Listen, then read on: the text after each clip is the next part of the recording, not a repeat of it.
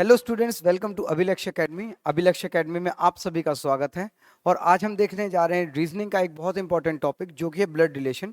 ये टॉपिक जो है वो बहुत इंटरेस्टिंग है, लेकिन कहीं ना कहीं वो कन्फ्यूजन भी क्रिएट कर देता है, क्योंकि जैसे जैसे क्वेश्चन की लेंथ बढ़ती चली जाती है वो कहीं ना कहीं आपको कन्फ्यूजन में डाल देता है कि भाई इसको सॉल्व कैसे करें या इसका रिलेशन किस तरह से निकाला जाए। ठीक है, तो सबसे पहले कॉन्सेप्ट को समझते हैं और इसको टाइप वाइज क्वेश्चन को करते चलेंगे हम।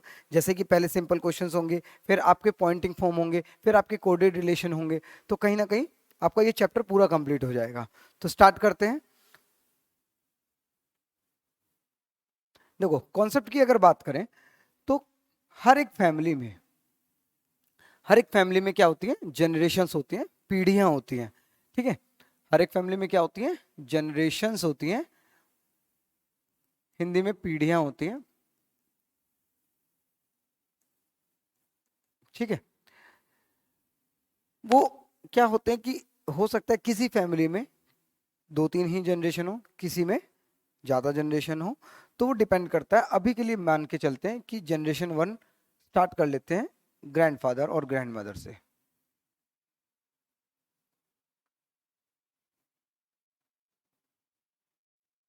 ठीक है, फर्स्ट जनरेशन में कौन मान लिया हमने कि ग्रैंडफादर होंगे और ग्रैंड मदर होंगे। नेक्स्ट जनरेशन में फादर होंगे और मदर होंगे। और भी कोई हो सकता है, बिल्कुल हो सकता है। कौन? अंकल भी होगा, आंट भी होंगे। जितने भी अंकल हैं और आंट हैं वो सब होंगे इसी में। नेक्स्ट जनरेशन में चलते हैं, इसमें हम खुद होंगे, सेल्फ। हमारे सिबलिंग्स होंगे, मतलब कि ब्रदर और सिस्टर्स होंगे, और हमारे कजन्स होंगे। ठीक है, नेक्स्ट जनरेशन में चलते हैं। नेक्स्ट जनरेशन में क्या होगा, हमारे ही सन या डॉटर होंगे और हमारे ही नेफ्यू या नीस होंगे। ठीक है, मतलब नेफ्यू नीस का मतलब है भतीजा या भांजा, और नीस का मतलब है भतीजी या भांजी। ठीक है, जनरेशन नेक्स्ट चलते हैं। अब क्या होंगे, ग्रैंडसन आएगा और ग्रैंड डॉटर। और अगर जनरेशन आगे चलेगी तो great grandson, great grand daughter, इस तरह से जनरेशन चली हुई है। अब जिस हिसाब से आपने ये ट्री बनाई है, मतलब ये जो डायग्राम बनाया है, उस हिसाब से आपको मेन डायग्राम में भी बनाना है, मतलब क्वेश्चन के डायग्राम में भी बनाना है। मतलब ये कि अगर कोई पहले की जनरेशन का पर्सन है तो आप उसके ऊपर बनाओगे, अगर कोई बाद की जनरेशन का पर्सन है तो आप उसके नीचे बनाओगे। जैसे जैसे जनरेशन चलते जाएंगे और नीचे चलते चले जाएंगे, जैसे जैसे पीछे जनरेशन जाएंगी तो आप उसके ऊपर बनाओगे। ठीक है, एक और चीज समझ लेते हैं। अगर कोई भी पर्सन मेल होता है तो आप उसको उस मेल को ट्रायंगल से डिनोट कर सकते हो। मतलब ये कि अगर किसी क्वेश्चन में आपको ये पता चल गया कि ए या बी या सी कोई भी पर्सन एक मेल है, तो आप उसको ट्रायंगल के अंदर डिनोट कर सकते हो। अगर कोई भी पर्सन आपको पता चला है कि कोई फीमेल है तो आप उसको सर्कल के अंदर डिनोट कर सकते हो। तो इस तरह से आपको ये डिनोट करना है। ठीक है, अब देखते हैं एक एक रिलेशन को, देखते हैं कि कैसे कैसे हर एक रिलेशन के जो डायग्राम है वो कैसे बनाने हैं क्वेश्चन में। क्योंकि अगर आपने सारे रिलेशन कर लिए तो कहीं ना कहीं आपके लिए ये आसानी हो जाएगी करना। चलो स्टार्ट करते हैं। देखो, पहला रिलेशन है क्या कि ए जो है वो बी का फादर है। ए फादर है बी का, तो आप ये बताओ कि ए बी का अगर फादर है तो ए और बी में से किसका जेंडर आपको ये पहले से पता है। आप ये कहोगे भाई ए का पता है। ए का कैसे पता है? क्योंकि वो फादर है। तो हम क्या करेंगे, ए अगर फादर है तो उसको ट्रायंगल के अंदर डिनोट करेंगे, और वो किसका फादर है? वो बी का फादर है। और जनरेशन के हिसाब से, मतलब पीढ़ी के हिसाब से अगर बात करें तो वो नेक्स्ट जनरेशन में आएगी। बी बिल्कुल नीचे आ जाएगा, बी आप उसके नीचे बनाओगे। और बी का जेंडर आपको यहां पर नहीं पता है, तो आप उसको ना तो ट्रायंगल डिनोट कर सकते हो और ना ही उसको सर्कल डिनोट कर सकते हो। ठीक है, नेक्स्ट देखो, ए जो है मदर है बी की। अगर ए मदर है बी की तो किसका जेंडर आपको यहां पर पता है भाई? आप कहोगे भाई ए का पता है। कैसे? क्योंकि वो मदर है। और हमने कहा कि ठीक है, अगर ए का जेंडर पता है, वो मदर है तो फीमेल है, और किसकी मदर है? वो बी की। तो आप क्या करोगे, बी उसके नेक्स्ट जनरेशन में बनाओगे, और बी का जेंडर हमें नहीं पता है तो आप उसको ना तो ट्राइंगल डिनोट करोगे और ना ही सर्कल। जिसका जेंडर नहीं पता होता है आप उसको कुछ भी डिनोट नहीं कर सकते, अपनी मर्जी से तो नहीं कर सकते। क्वेश्चन में आगे जाके कुछ पता चले तो हम इसको डिनोट कर देंगे, नहीं तो वहीं छोड़ देंगे उसको ऐसे ही। नेक्स्ट देखो, ए बी का सन है। अब ए बी का सन है तो आप ये कहोगे भाई ए अगर सन है तो ए का जेंडर हमें पता है क्या, कि वो सन है। अगर ए सन है तो आप ये कहोगे कि भाई वो मेल है, ट्राइंगल के अंदर डिनोट करोगे। वो किसका सन है, वो बी का सन है। तो बी का कहां पर रखोगे, जनरेशन के हिसाब से आप उसको ऊपर रखोगे, क्योंकि मैंने कहा था कि पहले की जनरेशन का होगा कोई पर्सन तो आप उसके ऊपर ड्रॉ करोगे, अगर कोई बाद की जनरेशन का पर्सन है तो आप उसके नीचे। तो यहां पर बी जो है वो पहले की जनरेशन का होगा। यहां पर जेंडर हमें नहीं पता है बी का, तो आप उसको ऐसे ही छोड़ दोगे, ठीक है। लेकिन ये कंफर्म है कि बी जस्ट ऊपर है तो वो फादर या मदर में से ही कोई ना कोई रिलेशन में होगा। नेक्स्ट चलते हैं, ए डॉटर है बी की। तो इस बार आप कहोगे कि ए डॉटर है तो इसका मतलब ए जो है वो फीमेल है, और किसकी डॉटर है वो, बी की। तो बी जो है वो जस्ट आप उसके ऊपर ड्रॉ करोगे। जनरेशन यहाँ पर, जेंडर इसका यहाँ पर भी नहीं पता चला, तो यहाँ पर बी फादर या मदर में से कोई ना कोई होगा, तो इसको ऐसे ही छोड़ देंगे। नेक्स्ट देखो, ए जो है वो ब्रदर है। ए ब्रदर है बी का, तो हमने कहा ठीक है, अगर ए ब्रदर है तो वो मेल होगा। अगर ए ब्रदर है तो आप उसको ट्राइंगल के डिनोट करोगे। किसका ब्रदर है वो, बी का ब्रदर है।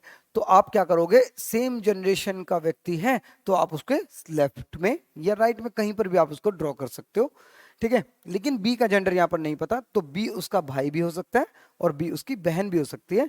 कहीं ना कहीं वो भाई बहन या भाई भाई हो सकते हैं, लेकिन ए कंफर्म है कि ए उसका भाई है, ठीक है। यहां तक नेक्स्ट देखते हैं। अब ए सिस्टर है बी की। अगर ए सिस्टर है बी की तो भाई वो फीमेल होगी ए। किसकी सिस्टर है, बी की, सेम जनरेशन है तो आप उसके साथ में ही बनाओगे, लेफ्ट या राइट कहीं पर भी बना सकते हो, उससे कोई फर्क नहीं पड़ता। नेक्स्ट देखो, A and B are brothers. A और बी दोनों ही भाई हैं। अगर ए और बी दोनों ही भाई हैं इसका मतलब दोनों का जेंडर पता है कि ए भी मेल है और बी भी मेल है, और दोनों ही एक ही जनरेशन के पर्सन है, तो आप इसको इस तरह से डिनोट करोगे। अगर यहां पर ए और बी सिस्टर्स होती तो आप उसको दोनों को सर्कल्स के अंदर ड्रॉ करते कि भाई ए भी फीमेल है और बी भी फीमेल है, दोनों सिस्टर है और एक ही जनरेशन के। A and B are siblings. अच्छा, सिबलिंग्स का मतलब होता है भाई भी हो सकता है बहन भी हो सकती है। मतलब अगर दो व्यक्ति कोई सिबलिंग्स हैं तो वो भाई भाई भी हो सकते हैं, बहन बहन भी हो सकती है और भाई बहन भी हो सकते हैं। सिबलिंग्स मतलब एक ही पेट के जन्मे, ठीक है। तो यहां पर हम कह सकते हैं कि ए और बी दोनों भाई हैं, ओ सॉरी सिबलिंग्स है। तो ए और बी का जेंडर यहां पर हमें नहीं पता है, तो ए और बी को आप इसको ऐसे ही छोड़ोगे, ठीक है। ना तो ट्राइंगल डिनोट कर सकते हैं और ना ही circle. A and B are married couple. A and B अगर मैरिड हैं तो आप क्या करोगे, ना तो आपको ए का जेंडर पता है और ना ही बी का। मैरिड तो है लेकिन जेंडर हमें नहीं पता है किसका क्या है। लेकिन आप ये ध्यान रखना, हमेशा मैरिड कपल के बीच में प्लस का साइन आपको हमेशा ड्रॉ करना है। अगर नहीं ड्रॉ करोगे तो वो भाई बहन की तरह डिनोट हो जाएंगे, ठीक है। इस तरह से ड्रॉ करना है। नेक्स्ट देखो एक बार, ए स्पाउस है बी की। स्पाउस का मतलब क्या है, जीवन साथी। अब जीवन साथी तो मेल भी हो सकता है और फीमेल भी हो सकता है, तो ए और बी जीवन साथी हैं। इसका मतलब यहां पर भी हमें जेंडर नहीं पता है, तो आप इसको इसी तरह से डिनोट करोगे। नेक्स्ट आ जाते हैं, ए इज हस्बैंड ऑफ बी। अब ए इज हस्बैंड ऑफ बी का मतलब क्या है, ए जो है वो मेल है। अगर ए मेल है तो इसका मतलब बी के साथ उसकी शादी हुई।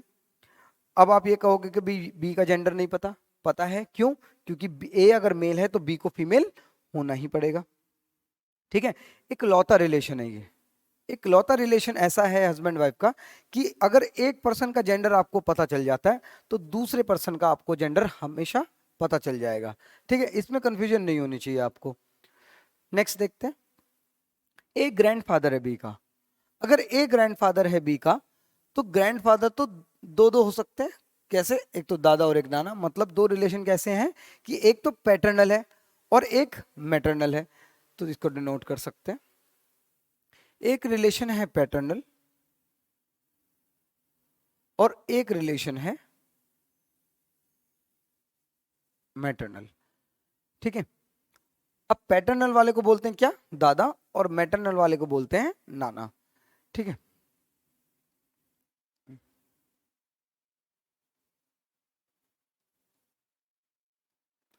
तो दादा की बात करें तो बी के कोई फादर हैं, फादर का नाम नहीं पता है, मिस नहीं करना है इसको। तो बी के फादर है कोई, उस फादर का जो फादर है वो ग्रैंडफादर लगेगा बी के लिए। मतलब ये रिलेशन जिस तरह से बना है आपको उसी तरह से बनाना है, यहाँ से फादर को बीच में से हटाना नहीं है, फादर को बीच में बनाना पड़ेगा, क्योंकि पैटर्नल रिलेशन है। तो कहीं ना कहीं ऐसा हो सकता है कि अगर आपने इसको फादर को बनाया नहीं, तो ये आप इसके ऊपर लिखोगे इस तरह से कि ए ग्रैंडफादर है बी का, या स्पेस आप छोड़कर लिखोगे। ठीक है, तो यहाँ पर तो अभी भी ये फादर ही डिनोट हो रहा है, तो इस तरह से नहीं करना है आपको। क्या करना है, बीच में से जरूर फादर को बनाना है, हटाना नहीं है बीच में से इसको। यहां पर बात करें बी की मदर है, और मदर का जो फादर होगा वो मैटरनल ग्रैंडफादर मतलब नाना कहलाएगा। हमें मदर का नाम नहीं पता, लेकिन मदर को जरूरी बनाना है आपको। यहाँ पर भी फादर को जरूरी बनाना है, नहीं तो ये आपका डायग्राम गलत हो जाएगा, और जब आप क्वेश्चन को करोगे तो आपके लिए वो कंफ्यूजन क्रिएट करेगा। ठीक है, ग्रैंड मदर को देखते हैं। ग्रैंड मदर भी दो हैं, कौन, एक तो दादी है मतलब पैटर्नल है, और एक है नानी। दादी कौन होती है, फादर की मदर। तो बी के कोई फादर हैं, और फादर की जो मदर है वो दादी है, बिल्कुल। यहाँ पर बी की मदर है कोई, और मदर की जो मदर है वो नानी है। इस तरह से आपको बनाना है। यहाँ पर फिर से मैंने फादर को मिस नहीं किया यहाँ पर, और बी की मदर को भी यहाँ पर मिस नहीं किया, नहीं तो आपको कंफ्यूजन क्रिएट हो जाएगी। चलो नेक्स्ट देखते हैं। ए जो है अंकल है बी का। अब ए अंकल है तो ठीक है, पहले ये देख लेते हैं कौन कौन अंकल कहलाते हैं। एक तो है पैटर्नल रिलेशन, और एक है मैटरनल। पैटर्नल में दो रिलेशन आते हैं, कौन कौन से, एक तो आता है चाचा या ताऊ, और एक है फूफा। मैटरनल में है एक तो मामा, और एक है मौसा। ठीक है, चाचा ताऊ की बात करते हैं। बी के कोई फादर हैं, चाचा ताऊ कौन होते हैं, जो फादर का ब्रदर होता है। तो बी के कोई फादर हैं, और फादर का जो ब्रदर है वही चाचा ताऊ कहलाएगा बी के लिए। ठीक है, फूफा की अगर बात करें तो बी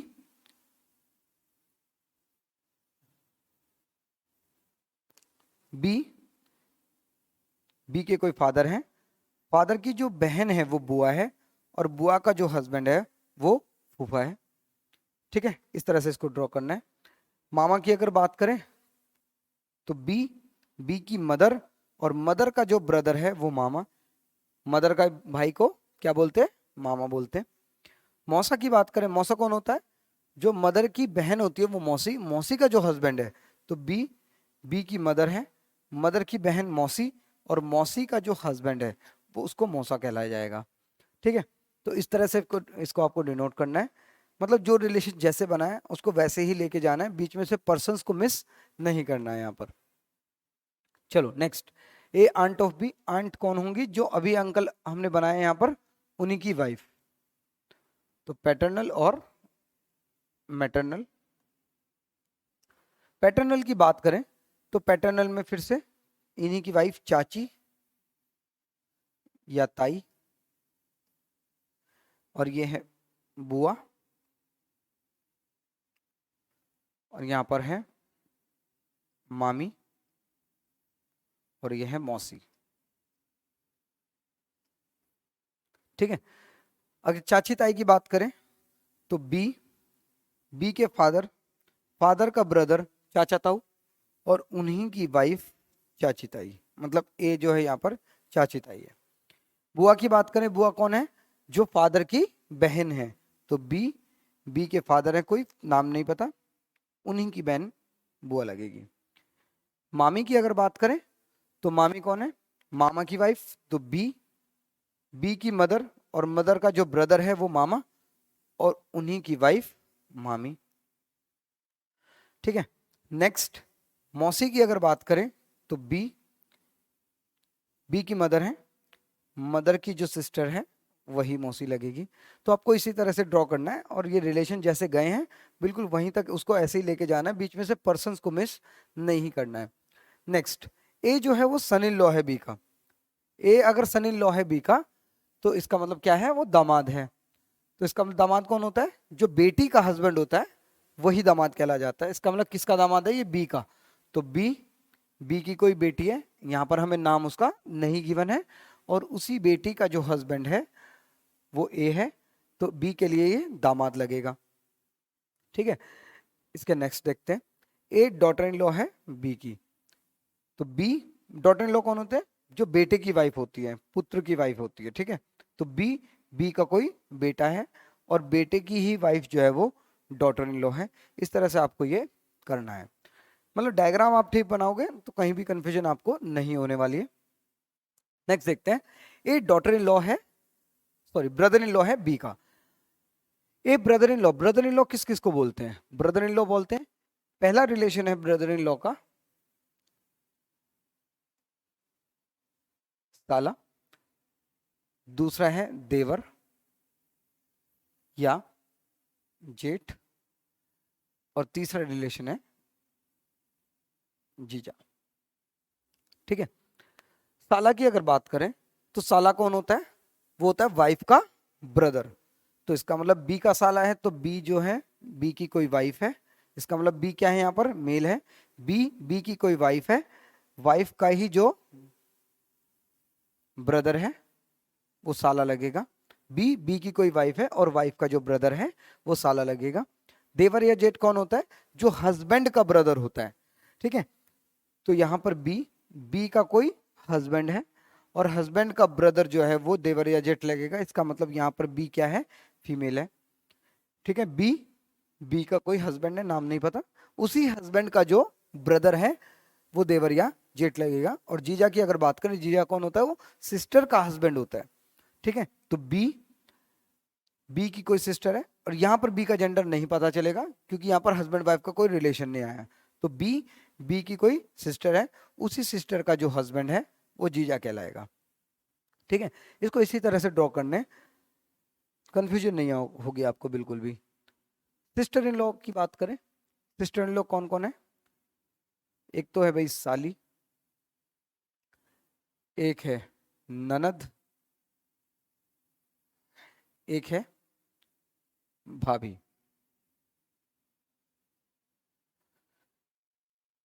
साली की बात करें, साली कौन होती है, जो वाइफ की सिस्टर होती है। तो बी की कोई वाइफ है, इसका मतलब बी मेल है, बी की कोई वाइफ और वाइफ की ही जो सिस्टर है वो साली लगेगी। ठीक है, ननद की बात करें, ननद कौन होती है, जो हस्बैंड की सिस्टर होती है, हस्बैंड की बहन होती है। तो बी बी का कोई हस्बैंड है, इसका मतलब बी फीमेल है। बी का कोई हस्बैंड है और हस्बैंड की जो बहन है वो ननद कहलाएगी। ठीक है, भाभी भाभी की अगर बात करें तो बी का कोई ब्रदर है, बी का कोई ब्रदर है और ब्रदर की ही वाइफ को क्या कहा जाता है, भाभी कहा जाता है। तो ये आसान से सारे रिलेशन थे। आप इनको थोड़ा सा, आप दोबारा से इसको वीडियो को देखकर आप इन रिलेशंस को कंफर्म कर सकते हो कि किस तरह से आपको ये बनाने हैं। ठीक है, अब क्वेश्चंस की तरफ हम चलते हैं। देखो, अब इसने कहा क्वेश्चन में कि all 6 members of a family A B C D E and F are traveling together. B is son of C and C is not mother of B, and A and C are married couple. E is brother of C, D is daughter of A और F is brother of B. ठीक है, अब देखने में पढ़ने में तो ये मुश्किल लग रहा है, लेकिन अगर आप इसको पढ़ते पढ़ते ही डायग्राम के साथ इसको ड्रॉ करोगे तो ये जितने भी 5 क्वेश्चंस आपको दिए गए हैं वो आसानी से आप इसको कर पाओगे। ठीक है, तो एक बार देखते हैं और एक ही बार पढ़ेंगे क्वेश्चन को और एक ही बार पढ़ते पढ़ते आप इसके डायग्राम बनाओगे। देखो, all 6 members in a family A B C D E F are travelling together. ठीक है, B is son of C, तो यहां पर हम बनाएंगे इसको कि B is son, B son है तो मेल है, किसका सन है, वो सी का सन है। आपने इसको ड्रॉ कर लिया। उसके बाद सेंटेंस में दिया है कि but C is not mother of B. आपने कहा कि भाई बी के ऊपर है सी, तो मदर फादर में से कोई है, लेकिन इसने कहा मदर नहीं है। हमने कहा ठीक है, मदर नहीं है तो क्या होगा, फादर होगा। Next, A and C are married couple, A और सी मैरिड कपल है, ए और सी क्या है, मैरिड कपल है। अगर ए और सी मैरिड कपल है तो सी तो यहाँ पर मेल है और ए यहाँ पर आ जाएगा जो कि फीमेल है। ए और सी मैरिड कपल है, ठीक है, प्लस का साइन हमने बना लिया है। Next, E is brother of C, जो ई है वो सी का ब्रदर है, तो सी के साथ में हमने उसी जनरेशन में हमने इसको ड्रॉ कर लिया कि जो ई है वो सी का ब्रदर है। आगे, डी इज डॉटर ऑफ ए, जो डी है वो डॉटर है ए की, तो ए यहां पर है और ए के नीचे आपने ड्रॉ किया क्या कि जो डी है वो डॉटर है ए की। इस तरह से आप उसको ड्रॉ कर सकते हो। आगे लास्ट में इसने बोला एफ जो है वो ब्रदर है किसका, बी का, तो बी का ब्रदर आप इधर भी बना सकते हो और इधर भी, लेकिन अगर इधर बनाया तो वो ई के नीचे आ जाएगा। अगर ई के नीचे आया तो कहीं ना कहीं वो ब्रदर, रियल ब्रदर सिस्टर नहीं रहेंगे, और उसने बोला कि F is brother of B, तो हम इधर बनाएंगे इसी मैरिड कपल के नीचे, क्योंकि ये दोनों बच्चे इन्हीं के हैं, तो इन्हीं के नीचे कहीं पर भी बना सकते हो। तो हमने यहाँ पर बीच में जगह थी तो यहाँ पर बना लिया। तो एफ जो है वो ब्रदर है किसका, बी का। इसको इस तरह से ड्रॉ कर सकते हो। चलो, अभी हमारा क्वेश्चन जैसे कंप्लीट हुआ, अब हम इन पांचों के जवाब आसानी से दे सकते हैं एक ही बार में, ठीक है। देखो, पहला सवाल क्या पूछा इसने, how many male members are there in the family, कितने मेल मेंबर्स हैं। हमने कहा जितने भी यहां पर हमें ट्रायंगल्स दिख रहे हैं उतने ही हमारे पास मेल मेंबर्स हैं। इसका मतलब आंसर कितना है हमारा, चार, चार मेल मेंबर्स हैं हमारे यहां पर। नेक्स्ट में बात करते हैं, बी की मदर कौन है, बी की माँ कौन है। तो बी की माँ कौन है यहाँ पर, भाई बी के फादर है सी, और इसका मतलब ए जो है वो मदर है, तो हमने कहा यहाँ पर ए आंसर आएगा। How many children does A have, A के कितने बच्चे हैं। हमने कहा कि ए के जो है वो तीन बच्चे हैं, क्योंकि हस्बैंड वाइफ है ए और सी, ए और इसी के नीचे तीन बच्चे हैं, तो इसका आंसर कितना आ जाएगा, तीन। Next, who is wife of E, E की कोई वाइफ है क्या। हमने देखा यहाँ पर क्या ई की कोई वाइफ है, ई के साथ कोई प्लस का साइन आया, नहीं आया, तो इसका मतलब कोई भी नहीं है, या ये कहें नन, कोई भी नहीं है। Next, how is E related to D, how is E related to D, मतलब ई जो है वो डी का क्या लगेगा। हमने कहा ये जो ई है वो इस डी का क्या लगेगा, तो हमने देखा भाई डी, डी की मदर है, और मदर का हस्बैंड क्या होता है, फादर, और फादर का भाई है ये, तो फादर का भाई कौन था, अंकल। तो इस तरह से इसको ड्रॉ करना है, बहुत आसान है इसको करना, ठीक है। एक और ऐसा ही कुछ क्वेश्चन देखते हैं। देखो, in a family there are 6 members, A, B, C, D, E and F. A and B are married couple. A being the male member. D is only son of C. इस तरह से question दिया हुआ है। Who is brother of A? E is sister of D. B is daughter-in-law of F. Whose husband has died. ठीक है, इतना question आपको पढ़ने की जरूरत नहीं है। आपको क्या करना है, सीधा क्वेश्चन की फर्स्ट लाइन उठानी है और आपको डायग्राम बनाने शुरू करने हैं, बस। देखो, स्टार्ट करते हैं। There are 6 member in family, A B C D F, यहाँ पर बात खत्म हुई। A and B are married couple, हमने लिखा है यहाँ पर क्या कि ए और बी मैरिड कपल हैं, इसका मतलब दोनों के बीच में प्लस का साइन आएगा, ठीक है। अब इसने कहा कि नेक्स्ट सेंटेंस में बोला a being the male member, a being the male member, तो हमने कहा ठीक है, ए अगर मेल है तो बी का जेंडर हमें पता चल गया कि बी जो है वो फीमेल है। आगे चलते हैं, इसने कहा कि D is only son of C, जो डी है वो ओनली सन ऑफ सी है। अब देखो यहाँ पर ना तो डी है ना ही सी है, तो आप क्वेश्चन को छोड़ना नहीं है, बिल्कुल भी आपको क्वेश्चन को बिल्कुल भी नहीं छोड़ना है। तो हम क्या करेंगे, कहीं यहां पर बना लेते हैं साइड में, ठीक है। तो हमने कहा कि ठीक है, डी जो है ओनली सन ऑफ सी, जो डी है वो ओनली सन ऑफ सी है, तो हमने यहां पर इसको ड्रॉ कर लिया। अब इसने कहा कि हु इज ब्रदर ऑफ ए, अब देखो ये हु इज ब्रदर ऑफ ए किसके बारे में बात कर रहा है, ये बात कर रहा है हमेशा सी के बारे में। जिसके साथ भी ये हु लगा होता है ये हमेशा उसके बारे में ही बात कर रहा होता है। हु का मतलब है यहाँ पर जो की, देखो यहाँ पर लिखा होगा हिंदी में, जो ए का भाई है, तो इसका मतलब वो सी के बारे में बात कर रहा है, तो सी जो है वो ए का भाई है, तो यहां पर आ गया। और यहां पर देखा था हमने सी के नीचे कौन है, यहां पर हमने डी बना लिया, ठीक है। इस डायग्राम को हमने यहां पर कॉपी कर दिया, ठीक है। जो साइड में आपने बनाया उसको मेन डायग्राम में आप उसको लेके आ जाओ जब आपकी इंफॉर्मेशन कंप्लीट हो। नेक्स्ट, ई डी की बहन है, मतलब ई जो है वो डी की सिस्टर है, डी की सिस्टर है। अब फिर से इधर नहीं बनाएंगे क्योंकि ये मैरिड कपल है, मैरिड कपल के नीचे बनाओगे तो वो डी का फिर ब्रदर या सिस्टर नहीं होगी, तो मैं ई की डी की बहन बनानी है, तो यहां पर हमने बनाया कि डी की बहन है ई, बिल्कुल उधर, हस्बैंड वाइफ के नीचे नहीं, क्योंकि ये अलग फैमिली है। B is daughter in law of F, B जो है वो डॉटर इन लॉ है किसकी, एफ की। तो इसका मतलब बी डॉटर इन लॉ है, तो इसका मतलब यहां पर एफ आएगा क्योंकि एफ के बेटे की ही तो वाइफ है ये, एफ के बेटे की wife B daughter in law of F. और इसने कहा हुज हस्बैंड हैज डाइड, तो किसके हस्बैंड की डेथ हुई है, एफ के, क्योंकि यहां पर लिखा है हुज, तो एफ जो है यहां पर फीमेल है। ठीक है, इसको ये जो लाइन देने का मतलब यही था कि उसने हिंट दिया है आपको कि एफ जो है वो फीमेल है। ठीक है, तो अब यहां पर क्या करेंगे, हमारा डायग्राम कंप्लीट हुआ है, अब हम इसके सारे आंसर्स देखते हैं। देखो आंसर में पहला क्वेश्चन क्या पूछा आपसे, how is F related to A, तो एफ क्या लग रहा है यहाँ पर ए का, भाई मदर लग रही है, बिल्कुल ऊपर है। ठीक है, एफ क्या लग रही है यहाँ पर, mother, how is F related to A, mother. Next question पूछा how is E related to C, जो ई है वो इस सी का क्या लगेगा, भाई इस सी के दोनों बच्चे हैं, तो ई जो है वो फीमेल है, तो आंसर क्या होगा इसका, डॉटर। ठीक है, नेक्स्ट नेक्स्ट क्वेश्चन पूछा who is C to B, जो सी है वो बी का क्या लगेगा, तो यहां पर सी है, तो बी बी का हस्बैंड है और हस्बैंड का ब्रदर है, हस्बैंड का ब्रदर कौन था, देवर या जेठ, तो यहां पर क्या आ जाएगा, brother in law. Next how many male members, बिल्कुल यहां पर तीन हमें ट्राइंगल दिख रहे हैं, तो तीन मेल मेंबर्स हैं यहां पर। और how is F related to C, last question है, एफ रिलेटेड टू सी, तो सी और ए दोनों ब्रदर हैं, और अगर ए की मदर है ये, तो सी की भी तो मदर ही होगी, तो इस तरह से आपने इसको सॉल्व कर लिया। ठीक है, इस तरह से आपको ये क्वेश्चन को सॉल्व करना है। ठीक है, एक नेक्स्ट क्वेश्चन देखते हैं। देखो नेक्स्ट क्वेश्चन क्या कह रहा है कि डी जो है ब्रदर है के का, तो हम स्टार्ट कर देते क्वेश्चन करना, पढ़ना नहीं है पूरा क्वेश्चन। चलो डी जो है ब्रदर है, तो ट्राइंगल के अंदर किसका ब्रदर है, वो के का, तो इस तरह से डायग्राम बन गया। आगे एम इज सिस्टर ऑफ के, तो एम जो है वो सिस्टर है किसकी, के की, तो एम जो है वो सिस्टर है के की, इस तरह से आपने इसको ड्रॉ कर लिया।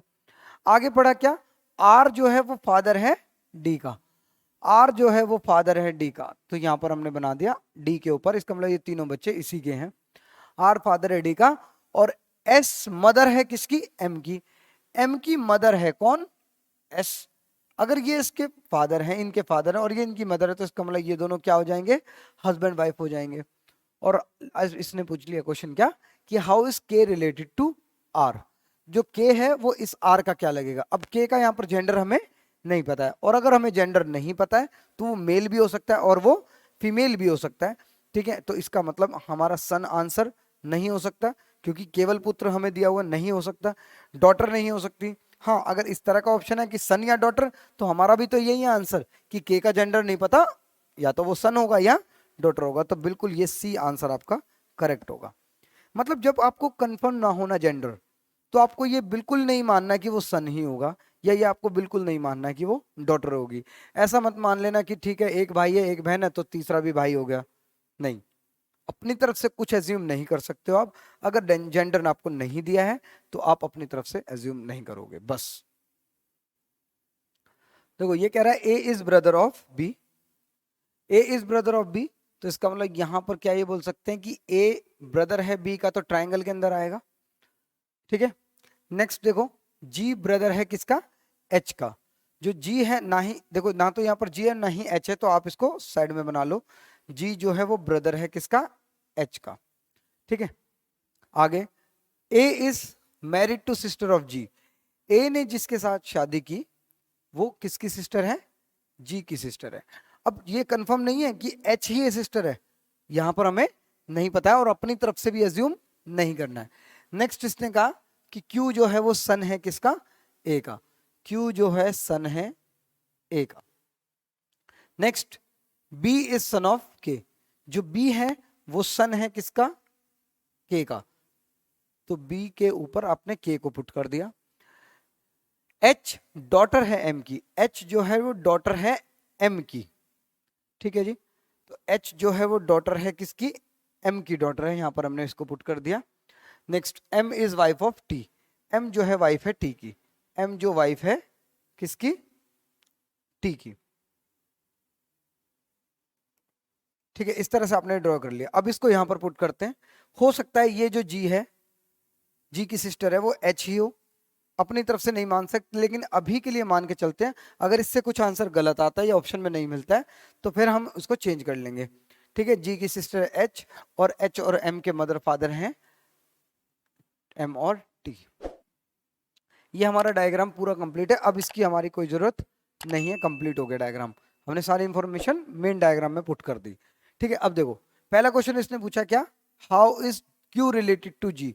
ये जो क्यू है, ये जो क्यू है वो इस जी का क्या लगेगा। हमने कहा जी, जी की सिस्टर है एच, या और कोई सिस्टर होती तो भी यही होता। जी की कोई सिस्टर है और उस सिस्टर का बेटा है, तो सिस्टर का बेटा क्या होता है, भांजा। ये आंसर आपका करेक्ट है। ठीक है, next nephew. Next, T related to A, how is T related to A. ये जो टी है, ये वाला जो टी है वो ए का क्या लगेगा। हमने कहा ठीक है, ए की वाइफ है एच, और वाइफ का ही तो फादर है ये, तो आंसर क्या हो जाएगा, फादर इन लॉ मतलब ससुर। ठीक है, इस तरह से इसको करना है, इसमें कोई प्रॉब्लम होनी नहीं चाहिए। ठीक है, डायग्राम अगर आप सही बनाओगे तो कोई भी कंफ्यूजन आपको बिल्कुल भी नहीं होगी। लास्ट क्वेश्चन देखते हैं हम। देखो लिखा है S is sister of B. ठीक है, एस जो है वो सिस्टर है बी की। ठीक है, अब इसने लिखा कि के जो है ब्रदर है बी का। जो के है वो ब्रदर है किसका, बी का, तो यहां पर मेल हो गए।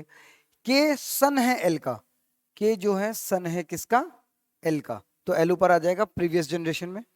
L married to Y, L married to Y, male female अभी कुछ नहीं पता है।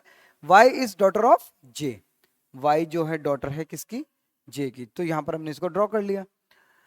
Y has only one daughter, Y की केवल एक ही डॉटर है, इसका मतलब बाकी जो भी अब आएंगे वो सारे के सारे क्या होंगे, मेल होंगे, मतलब उसके सन होंगे। एक ही डॉटर है वो एस है। नेक्स्ट, जे मैरिड टू सी, जे ने किसके साथ मैरिज की, सी के साथ। और के इज ब्रदर ऑफ डी, के जो है वो ब्रदर है किसका, डी का। अब इसका मतलब डी भी क्या हो जाएगा, मेल हो जाएगा, क्योंकि और कोई अगर आना था तो वो मेल ही आना था, सन ही आना था। ठीक है, और D married to T, D married to T, और टी जो है वो फीमेल है। ठीक है, और एल का जेंडर हमें पता चल गया मेल, क्योंकि वाई का जेंडर फीमेल है। अब पहला क्वेश्चन इसने अपने आप पूछा है क्या, मतलब इंफॉर्मेशन दे के पूछा है कि यदि पी सी का भाई है, यदि पी जो है वो भाई है किसका, सी का, तो जे क्या लगेगा पी का। तो हमने कहा भाई पी की बहन भी हो सकती है, भाई भी हो सकता है, और उसका हस्बैंड या वाइफ। इसका मतलब हमें नहीं पता कि वो मेल है या फीमेल है, जेंडर नहीं पता है, तो इसका मतलब हमें आंसर क्या होगा, ब्रदर इन लॉ या सिस्टर इन लॉ में से होना था, जो कि हमें ऑप्शन में नहीं दिया है। तो आंसर क्या आ जाएगा, कैन नॉट बी डिटरमाइंड, हमें नहीं पता, क्योंकि यहाँ पर जे का या सी का जेंडर हमें नहीं पता। Next, how is T related to S. जो टी है वो इस एस का क्या लगेगा, हमने कहा एस, एस का ब्रदर है डी, और ब्रदर की वाइफ मतलब भाभी, तो सिस्टर इन लॉ। तो इस तरह से इस क्वेश्चन को कर सकते थे हम। ठीक है, आप तरीका सही अपनाओ, तरीके से आप इसको फैमिली ट्री को बनाओ, तो इसमें कोई भी समस्या नहीं होगी। और ये क्वेश्चन बहुत आसानी से सॉल्व होने वाले क्वेश्चन है। क्वेश्चन को एक ही बार पढ़ें, और एक ही बार को पढ़ते पढ़ते आप इसको ड्रॉ करते चलें, और आपका ये क्वेश्चन आसानी से हो जाएगा। ठीक है, चलो अब आज की क्लास में इतना ही, तो नेक्स्ट क्लास में हम इसके पॉइंटिंग फॉर्म देखेंगे। धन्यवाद।